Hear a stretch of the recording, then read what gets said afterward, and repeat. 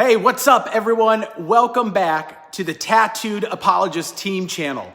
Today, we're diving into a verse that's short, sweet, and packs a serious punch.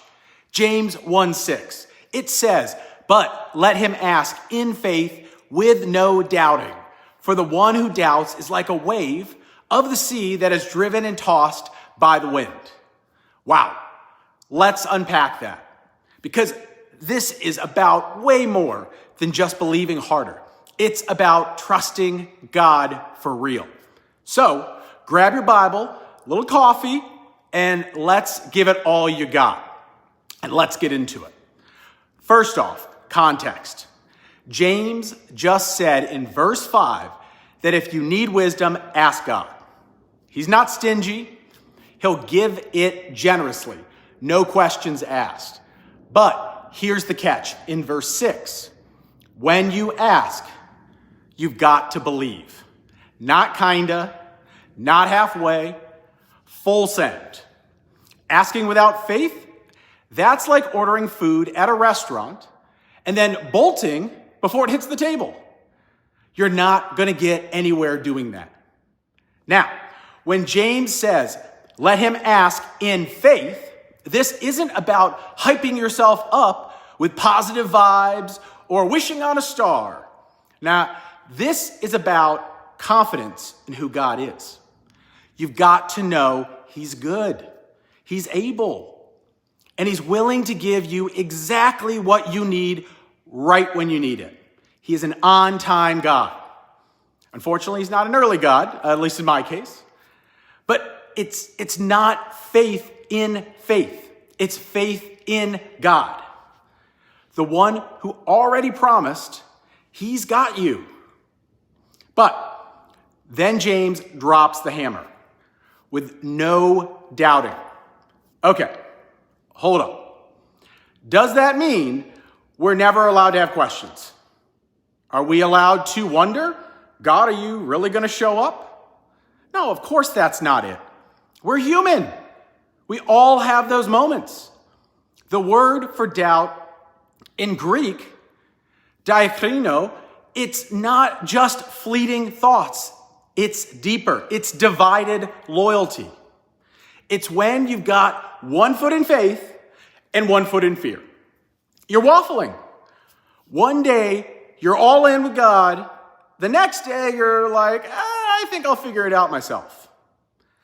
James is saying, don't play that game.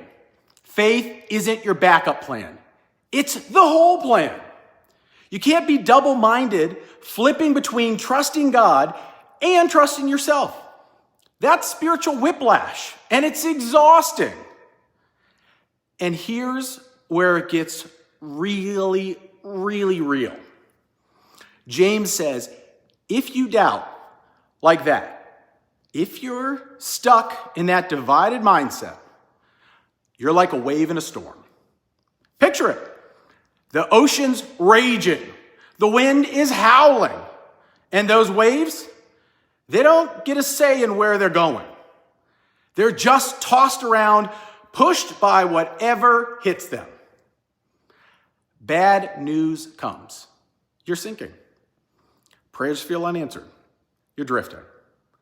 Life flips upside down and you're capsizing. That's the life of someone who hasn't anchored themselves in God. They're not standing on the rock. They're just floating, hoping they'll wash up somewhere safe. Spoiler alert, that's not how it works.